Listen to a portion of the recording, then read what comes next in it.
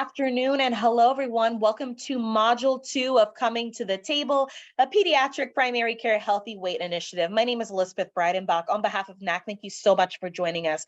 I'm going to be reviewing a few housekeeping announcements as we join today's session. First things first, you've joined Zoom. Zoom automatically records today's session. If for some odd reason you do not feel comfortable being in this recorded session, we ask that you kindly leave. Again, this session is being recorded and will be available on demand at a later date. Again, today's session is being recorded. You have either joined by either physically calling in or using computer audio. Either option is completely fine. We do recommend, though, if you're in an area where Wi-Fi can be sometimes a little bit spotty, sometimes it's better to use the call-in function throughout Zoom. But again, you should be able to hear audio on your end right now, should be able to see slides on your screen. If you have both of those, you're in the right place. Mute and unmute. Again, today is a webinar, so we have all attendees' lines muted automatically. This is really just to avoid any sort of background noise interference.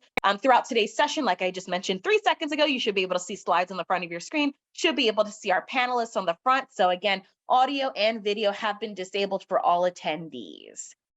We also have the Q&A box or the chat box. You can submit questions, comments, or concerns at any time throughout those boxes. Either that box is going to be located on the top of your Zoom screen. You might have to take your cursor and hover to what I say, wake it up per se, or it might be on the bottom of your Zoom screen. Everybody's computers are a little bit different, but again, those chat boxes will be right there. Friendly reminders that today's event is being recorded. All attendee lines and videos have been disabled and muted. So again, no need to worry on that front. We have the chat box open for the duration of this event. We'd love to see your comments, questions, or concerns at any time. And then after today's event, a survey will be distributed. This coincides with the credits that you'll be receiving at the end of today's events, but we'll get into the nitty-gritty of that at the end.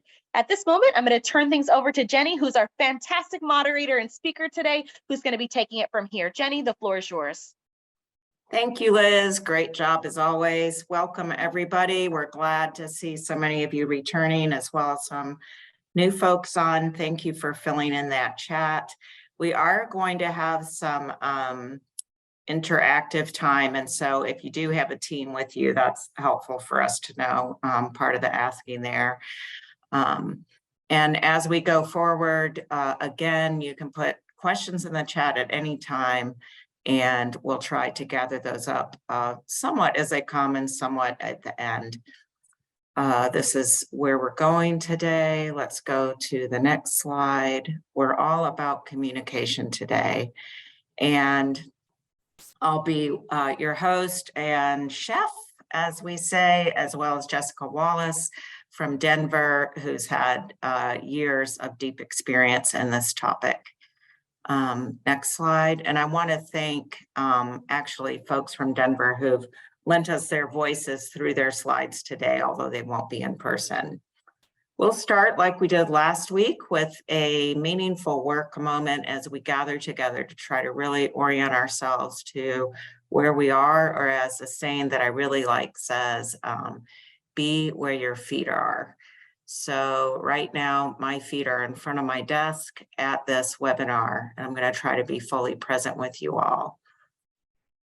So as we think about ourselves, today's topic does a lot around bias, stigma, motivational interviewing, the whole idea of what we mean by healthy weight versus some of the other words that we use to describe ourselves and our patients. So think about what your titles are as a person. I'm a mother, a wife, a doctor, pediatrician, senior fellow. Who calls you those things, and how do you like to be addressed?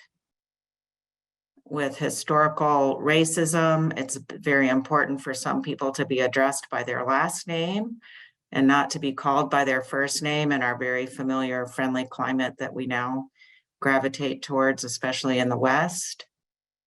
So all of these things are really important about how we think about ourselves and how others think about us. And as we zero in on our body, what do you love about your body?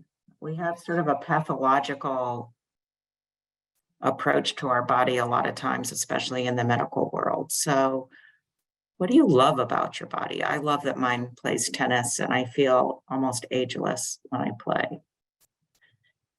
And how do these issues bring you joy or discouragement? So think about that and think about how you can use some of those questions as you go forward with the families that you serve. Next slide.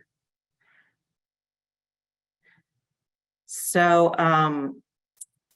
from 2022, this is, I mean, it's still rather new. It's not even a year old. We had a really wonderful slide overview from someone from who was presenting to the CDC, and she was actually a PG3, so good for her, and Chapel Hill's preventive medicine residency. Next slide.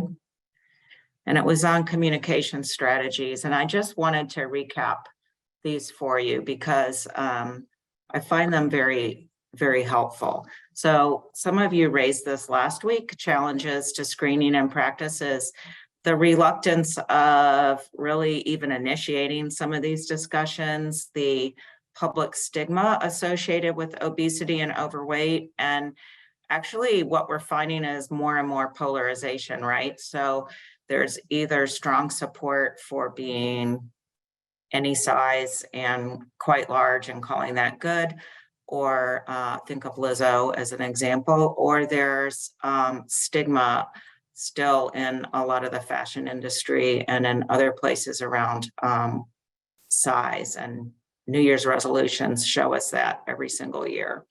And then there's real concern that we're going to undermine our relationships with our families around even bringing up this topic and thinking of obesity as a chronic illness rather than as just a body size, and not using that term. Also, just the limited time that we have in medical visits makes bringing up this topic outside of an obesity specific visit very difficult and very frustrating. We talked about the COVID pandemic last week, and that was a challenge to screening that she found as well. Interestingly, the rise of some other movements like the anti-vax movement has also made screening for other things more difficult in pediatrics. And the rise of the body positivity movement, healthy at every size, what does that mean for how we engage with people, and what do we even know or think about that? Next slide. So I want you to just think of the word obesity, and we had some strong reactions to it last week. And what other words do you associate with that? And if you have a team there, you can turn and talk to your team members. Just think about that. If you don't have a team with you, just reflect on it yourself. Reflect on it as a human being, and then reflect on it as a clinical person.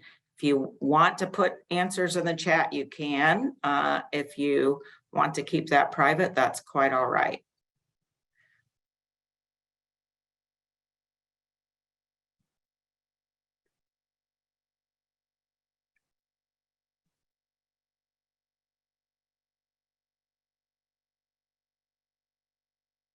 All right, next slide. So now you've had a chance to think about some of that. I want you to look at these two cartoon figures, okay? And one of them is a larger size woman who's, let's pretend she's walking down your aisle in an airplane, and you have the middle seat, and she's about to take the window seat. And the other fellow is walking right behind her. Which person are you more compassionate towards as they approach and are about to take the seat next to you? And why might that be? So bias and stigma are two different things that we're going to talk about. Bias is negative attitudes and beliefs about others because of weight or stereotyping. We also can have positive bias, right? So we could be very biased towards the fit and thin. But bias can be both explicit. So I see somebody walking down and I don't want to be near them. And it can also be implicit. So we can have unconscious bias or bias that we're not as aware of. Stigma is how we treat people. Bias is how we think. So stigma is negative action or treatment in response to bias. So we marginalize those people, we exclude them. We'll have some practical examples for your health center that will show some of how stigmatizing works in a health center. And so counter movements to this bias and stigma around size, body size, are fat liberation, fat acceptance, health at every size. There's a new book out, I'm going to show you in a second, that the author speaks very straightforwardly about being fat, and that's the term that she uses for herself. And it's neither a good term nor a bad term. It's just a descriptive term. Next slide. So there is this healthy at every size and also fat acceptance movement out here. They're two different things. So the great body acceptance debate was the cover of popular magazines last year. There's a lot of news on it. And the idea that we need to have body positivity and not this sort of negativity around body size. Next slide. So this is from Denver Health, where Jessica works. And this quote we thought was worth everybody seeing. Unlike talking to a patient who may not know that they have high cholesterol, every patient who is obese likely already knows they are at an unhealthy weight. This again reinforces that doctors shouldn't inform their patients they're at an unhealthy weight. They should have a discussion with their patients about how their weight is impacting their health and help their patients gain the knowledge and strategies they need to obtain a healthy weight. Next slide. But is everybody who is obese at an unhealthy weight? We saw last week that obesity is meant to be described as a chronic disease, and that includes in children. And obesity is defined in children not by adiposity, but just simply by BMI. So is that truly unhealthy? There's a lot of debate about that right now. So the definition of health at every size, which is sort of a counter movement to just the strict BMI approach, supports people in being healthy for the sake of health and well-being and not based on a BMI.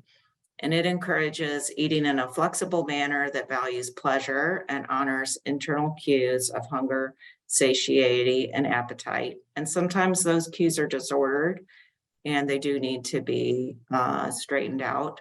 Finding joy in moving one's body and becoming more physically vital, and accepting and respecting the natural diversity of body sizes and shapes. And that last one, I think, is really what we want to put in bold and underline about the idea of health at every size. Next. So I just would like to find out now if you have heard of healthy at every size. And we actually have a little poll for you. So if you've heard of it, yes or no, and what's your reaction?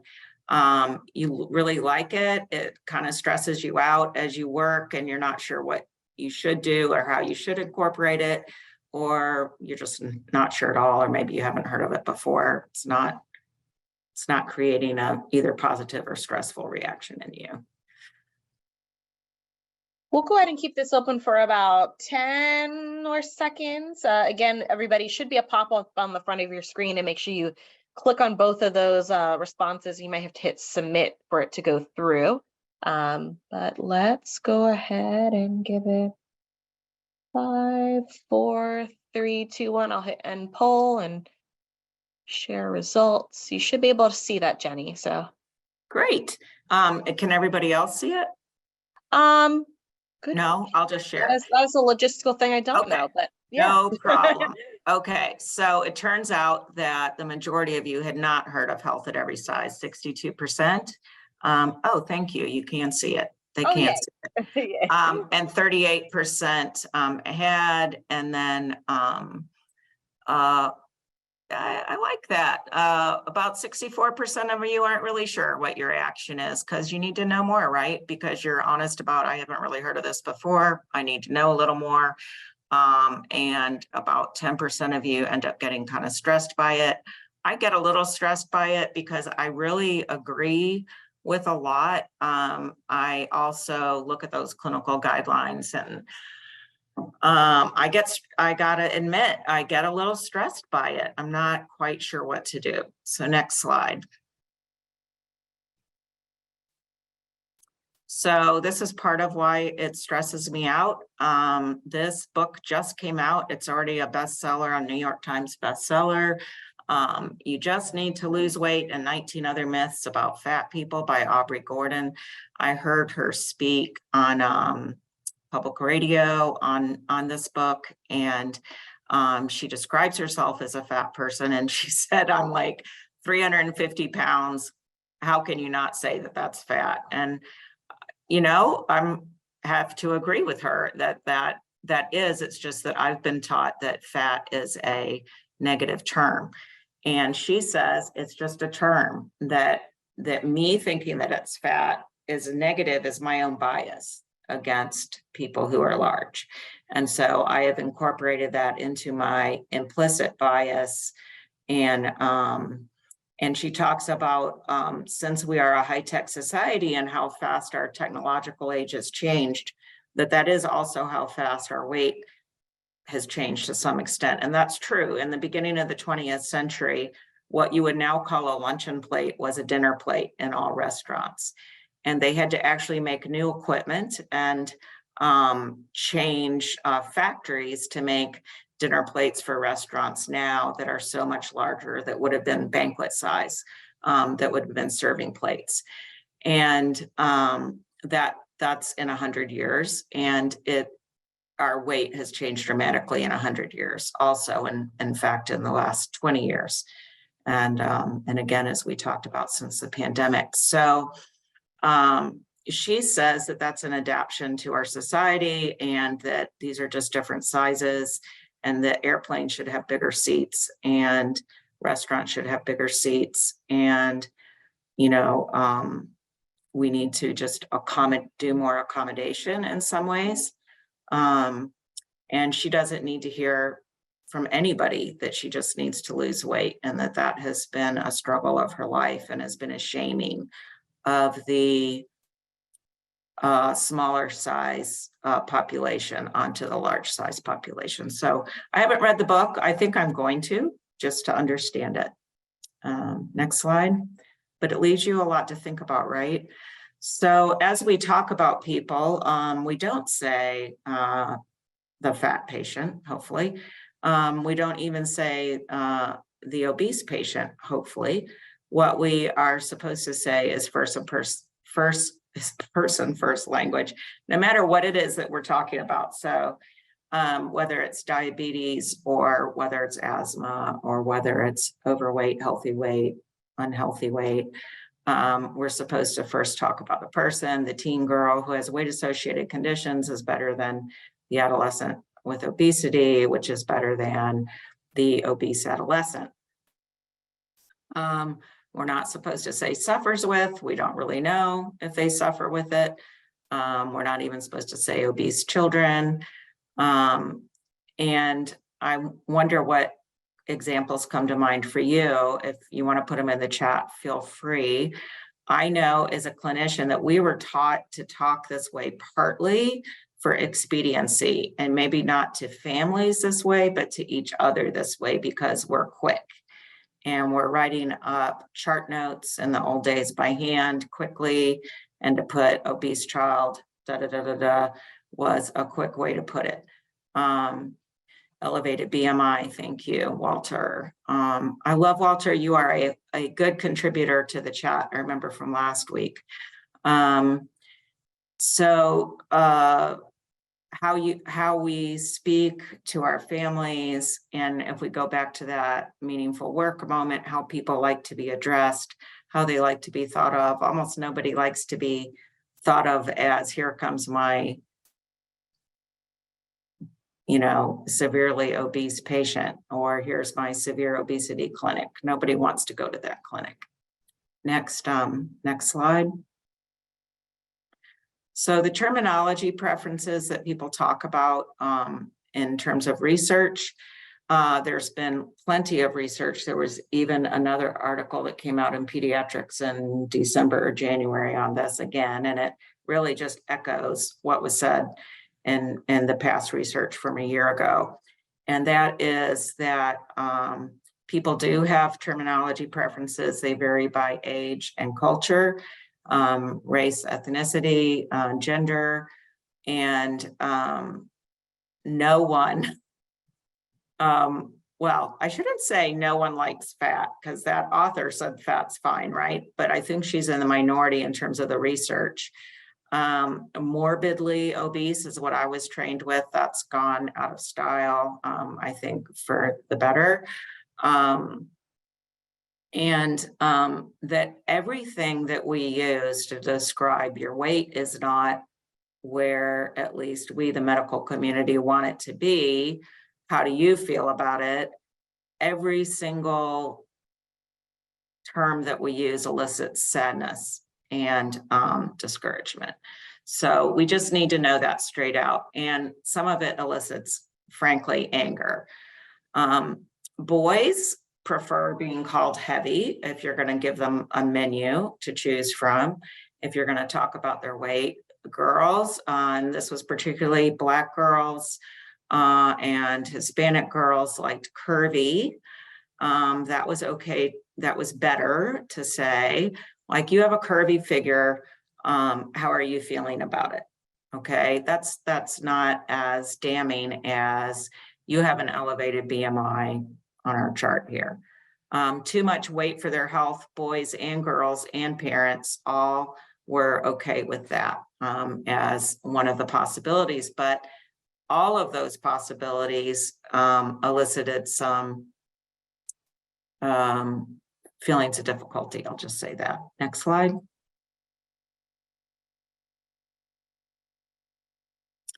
So how do we deal with this? Last week, some of you were like very, discussed how difficult it is to deal with this topic. And we're in a little 15-minute exam visit, and maybe that's not the primary interest of the person coming in. Let's say that they're here for a well child, and you get 20 minutes for them as an extra 5-minute pat on the back. Maybe you get a little bit longer than that, but there's also shots and other stuff. So you want to talk to them about their trending BMI that's getting more and more towards obesity. Right now it's at overweight, and you want to know how you can do that quickly. Well, motivational interviewing has been shown to be one of the very few things that does have a positive impact on the trajectory towards healthy weight and away from unhealthy weight in children. And it goes alongside the more intense things, such as increasing physical activity, changing diet, and having a lifestyle intervention of 26 hours or more. So motivational interviewing, compared to all those things, is quick, and it's something that we can do whether we're nurses, clinicians, or community health workers, or dietitians, nutritionists, or coaches. Coaches probably know this the best. So there was a brief training on motivational interviewing, and it was directed towards healthy weight. And the 5 A's approach is what they used. And you can later go to that link that's on there, and it'll take you right to the full article. So I'm not going to go to the whole full article right now, but the 5 A's are asking about a health topic or behavior, advising, assessing readiness to change, assisting with goal setting, and arranging follow-up. So it's comprehensive. Asking, advising, assessing, assisting, arranging. And the focus of this was on for weight-related counseling practices of pediatricians. So they put together pediatricians that had this quick, brief motivational interview training and those who didn't. Next slide. And what they found was that the parents of trained pediatricians in this brief interviewing style were more likely than those of untrained pediatricians to say that they were asked about a child's consumption of fruit and vegetables, which was one of the focus points, not having sugary drinks, their readiness for behavior change, and to set a behavioral goal. The fourth focus that everyone was supposed to be asked about was eating more fruits and vegetables, no sugary drinks, increasing physical activity, and limiting screen time. That's that thing that we're all supposed to ask about. What was unfortunate is for even those who were trained, only 21% were asked about barriers that they faced in achieving this behavior change. So motivational interviewing is supposed to include, at its best, what would make this difficult for you, and then how can we address that? Next. So the 4 processes we're going to talk about today in this episode and kind of spend the rest of our time on is engaging motivational interviewing in a way that hopefully will make a difference. So the first process is just engaging the family, making a connection, not starting with, oh, I'm looking at your BMI on your growth chart. It's gone up a couple notches since last time I saw you. So we're going to talk about how to do that well, or better than what I just did. Next, guiding, jointly finding a focus together, where it's not about what I think you should be doing, but about how you can join in with this. Next. And I agree that BMI is not the issue. Evoking, using internal forces to bring about change. So that's evoking from the family member, that it's not my pushing down on you, but I'm going to help you bring that out of yourself of what you would like to do. Next. And then planning, devising a strategy for change collaboratively. So that's simply all that it is. Next slide. And Chris Bowling, I want to thank. He actually spoke on one of these a couple years ago, and the American Academy of Pediatrics has used him, and he's very prominent in their section on obesity and just really great at motivational interviewing. So the approach is called Elicit-Provide-Elicit, and the power of permission. So in the 5 A's, they had asked, so can I ask you about your health today? And then get to, can I ask you about how you're feeling about your body size and your health? And if they say no, okay, you've gotten your answer. You're not at that place today. Next. So it's about more about giving information and not advice. And that's where I differ with the 5 A's, which their second A is advising.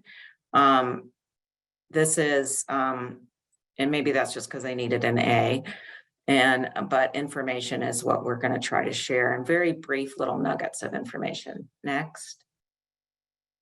So they're very short, and this, again, these are not my slides. This is thanks to our friends, Chris Bowling and from Denver Health. They're just short little episodes. Think of them like a little commercial break in your visit. So are they important? Absolutely. But they're not exhaustive. So finger sandwich is not a foot long. Next. So first we want to elicit. Next. And permission is the central piece. Next. And then you give your tidbit of information. So can I speak to you about your child's healthy weight today and where that might be, whether they've reached it yet? If they say yes, great. It may be that the mom has a migraine. She's not feeling that great. She really has done all she can do just to get people in there today. And she says no, and that's okay. So if she says, yeah, I guess so, then you can say, I wanted to just discuss because, your daughter seems to be doing really well with her, what you've shared with how she's doing in school and her extracurriculars. I know you're limiting her screen time. Good for you. Her weight looks like it could be a little in the unhealthy range. Let's talk about that. Maybe we can just discuss sugary drinks. Is she having any sugary drinks? Next. And then we can say to her, again, do you have anything that you want to, does that bring up anything for you? Next.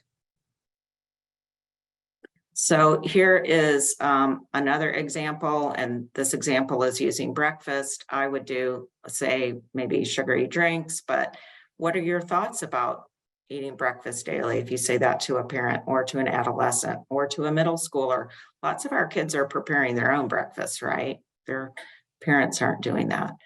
Can I give you some thoughts on why breakfast is so important? And if they say, sure, go for it. If they don't, if they say no, say, all right, well, please ask me next time I see you. Because I think we could have a fun discussion. And then circling back the second time, what are your thoughts about what I just said? So that's Elicit-Provide-Elicit. And I would add to the thoughts, is that possible? Do you see that that's possible? Next.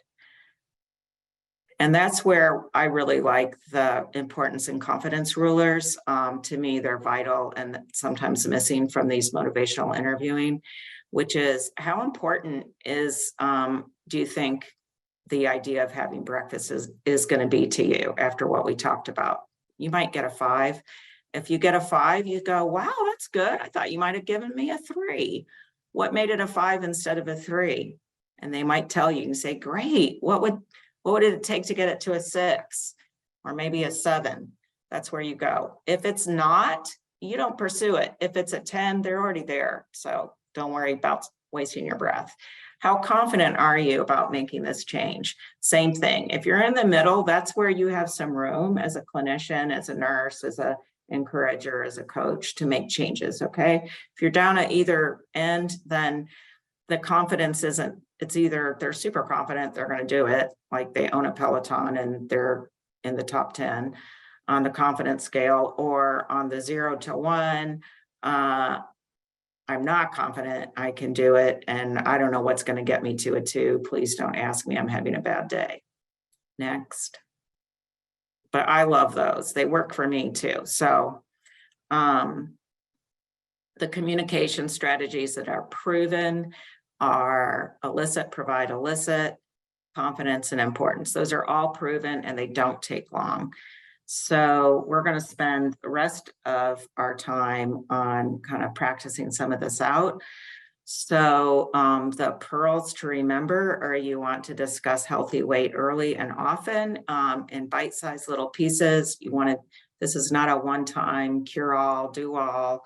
If we do think of obesity for those who are obese and have markers of disease like an elevated hemoglobin A1C, then it's a chronic illness, right? And we're not going to overcome it just right away. We want to use the terms that families want to use. So we want to ask our children, how would you describe your body? And use that body description, okay? They might say, I'm curvy, and I know maybe too curvy right now. And you go, okay, well, I'm just going to call you curvy, and we want to get to healthy curvy. So let's move in that direction. We want to use motivational interviewing, and we do want to include the family as a whole as much as we can. Next. So we are going to practice some simulated motivational interviewing. And Jessica, are you able to get on video or not? I am so sorry. I swear I'm here and I'm not a bird. But for some reason it says host stopped video, but I am here and so happy to dialogue this way until maybe we can figure this out. Okay. While Jessica and I are going to chat a little bit, like we're over phone, I would like the rest of you, if you have a team, sit with your team and do an Elicit-Provide-Elicit 3-sentence series. So that would be, what do you think about your body? Or what do you think about the possibility of adding some physical activity in your day or increasing it or limiting sweetened beverages?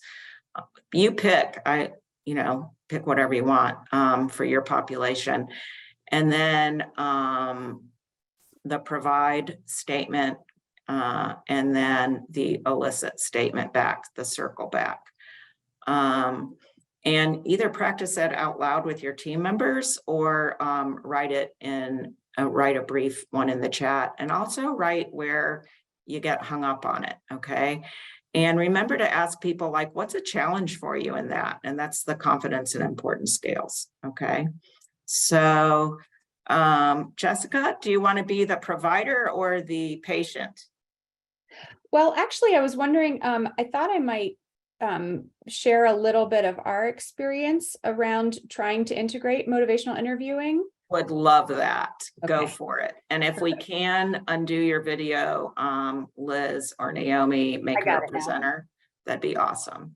I'm here now. Yep. Oh, I'm sorry, I can't see. Oh, I think, and so I'm a family medicine PA. I work at Denver Health in our FQHC system. And I think, one of the things that we've struggled with a lot is realizing, and we have a group intensive intervention, we have a multidisciplinary clinic. We're really proud of what we built over the years. And I think, recently have had to come to terms a little bit with how we might have unintentionally caused harm along the way. And I know there's going to be a couple slides about that from some of my colleagues.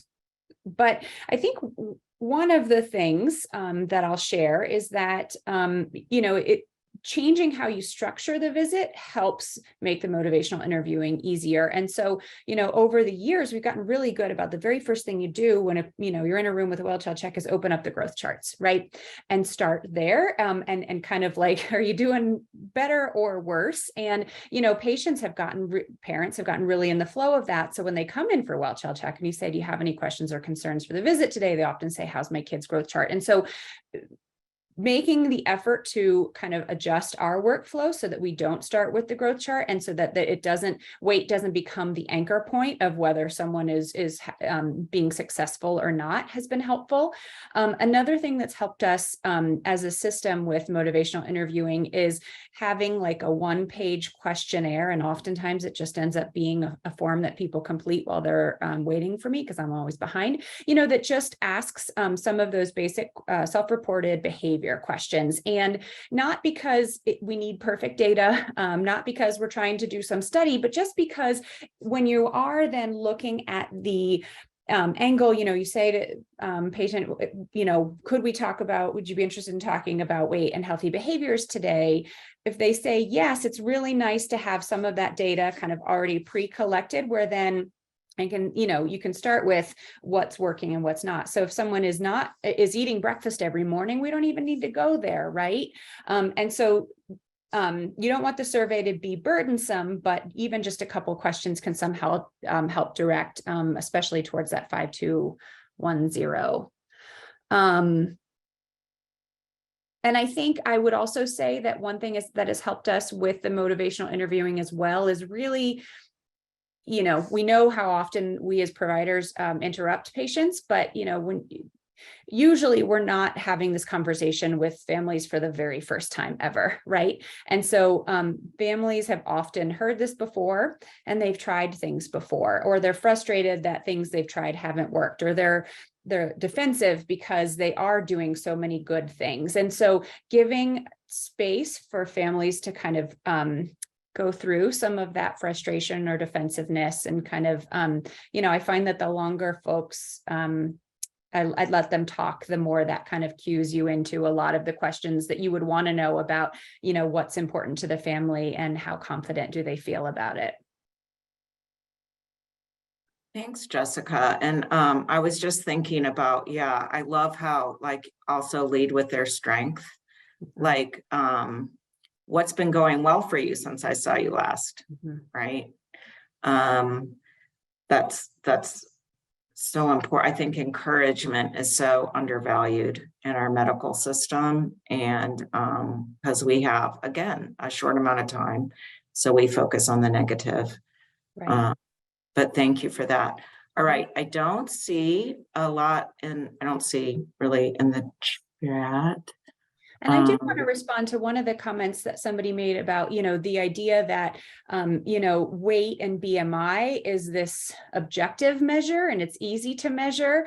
And where there is potential there. One thing we've started doing a little bit is asking people, and by this, I mean, if I have time and they're there for a well visit, all ages, all BMIs, like, how do you feel about your health?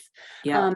Because, there is value in the subjective experience, and it doesn't always track 100% with how we might expect people to feel about their bodies. And I think, to your point, Jenny, about a strengths-based approach, I want people to feel good about themselves. And so the more that we use that as a starting point for a value and potentially a strength or an area where we can, encourage and support, that's been interesting for us too. Thanks, Jessica. I agree. And then at the beginning, our little meaningful work thing, like, what do you love about your body, right? We don't normally think about that for ourselves or for others. So you can ask your patients, what do you like?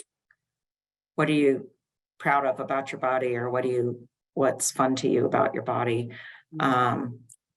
My tennis pro I play tennis about 4 times a week. And one of the very best players and the tennis pro there, I'm sure her BMI is way in an unacceptable range, but she's fit as far as I can tell, really strong, great player. I don't know what Serena Williams' BMI was, but it probably wasn't where people wanted it to be either. So I do think it's vitally important to find out about that whole person in front of you, and don't waste your time on people that are actually pretty darn healthy, who are happy with their body size. Next slide.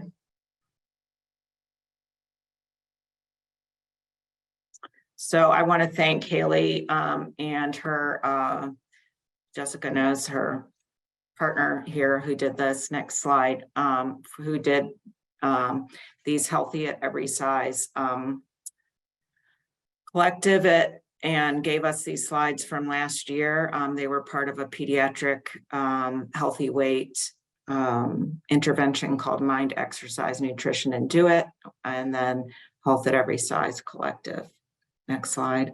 And they do children and adults. Can we go to the next slide? So this is from Haley, some ideas that have been helpful. Next slide. First is notice your own assumptions about the connection between weight, BMI, and health. And that's what we tried to lead with today. And notice when you're wrong. And she has some graphic figures that show some of misperceptions. Next slide. So here's an example, patient example that questions some of our outcomes. So in this example, you all can see that the patient's BMI went up over time, right? And on our new BMI growth curves, they would have been up in the new BMI growth curves with severe obesity. And the A1C was initially 7.5, but then it dropped, but the BMI went up. So what was going on there? And that's what she wanted us to see. The person didn't lose weight. They didn't take meds, but their A1C improved and they had improved food access. So, and they participated in MEND. and started a lifestyle change and exercised more, had more physical fitness, had a better approach to food, had more nutritious food. So overall, we would say, wow, that person, their BMI didn't change, but their health did. And does a BMI of 32 versus 31 really mean anything in a child? I would argue probably not. But I would say their A1C change and their perhaps self-esteem and other things and access to healthy food made a difference. Next slide.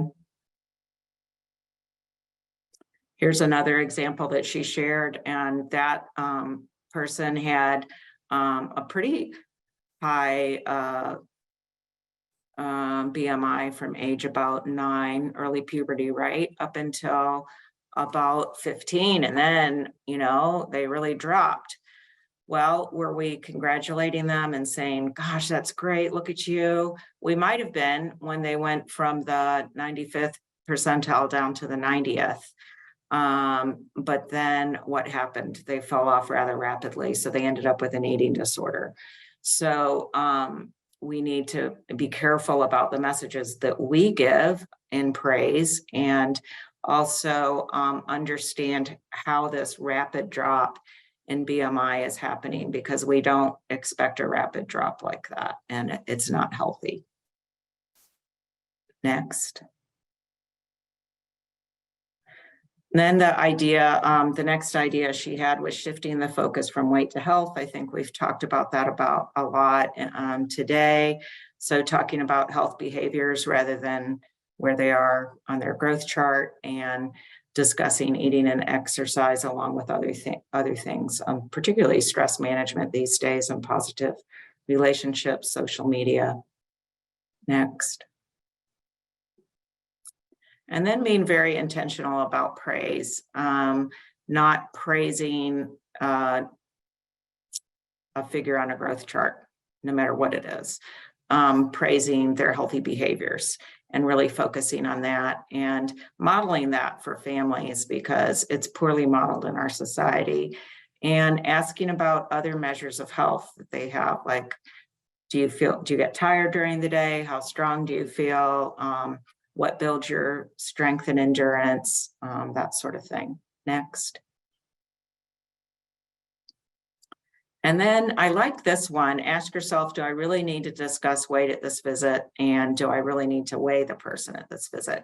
I know that we have our protocols and that people get dinged in quality improvement things for not taking a weight at every visit and a blood pressure at every visit, but we could be thoughtful about, if they've had a weight in the last 3 months, you don't need to take their weight for certain age groups.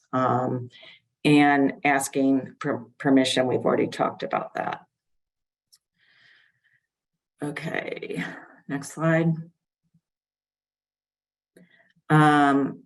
Also, one thing that I've noticed with some of my family members who have had eating disorders, and also with others, is allowing the patient, or just making it routine, that the person isn't facing the weight thing. If you have the weight bar with the old-fashioned weight bar, or if they have the one that reads it out, that they don't necessarily have to see the weight, because we don't always tell them what their blood pressure is either. If they ask, we can tell them.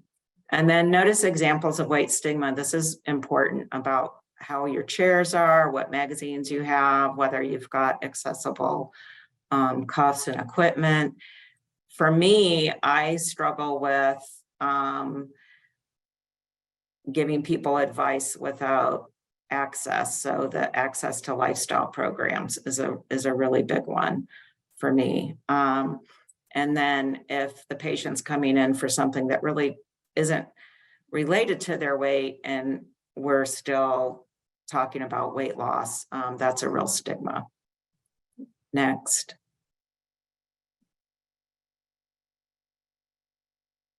And I love this that Haley put together on rejecting diet culture, both outside and inside the clinic setting.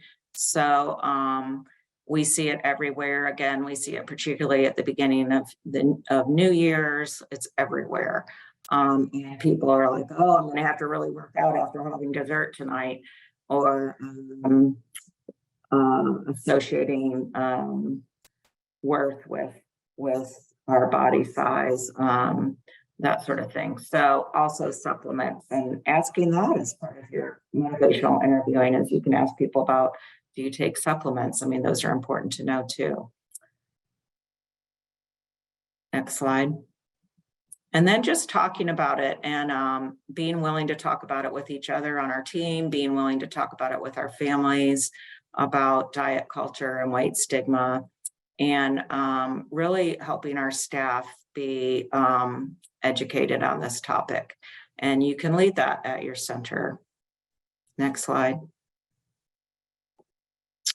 So really love to know what you can do, what you think you can do given these topics in the 26 hours that's been shown to make a huge difference for those who are overweight or obese and need a lifestyle intensive intervention and want one, importantly. But what about in 1 minute, 5 or 15 minutes, which all of us have? And if you could put your questions, comments, observations in the chat, really appreciate it, so we can use the remaining few minutes to address those. It's very hard to see hands raised because there's so many of you. So that's why we're asking for the chat. Jessica, you want to chime in on any of that?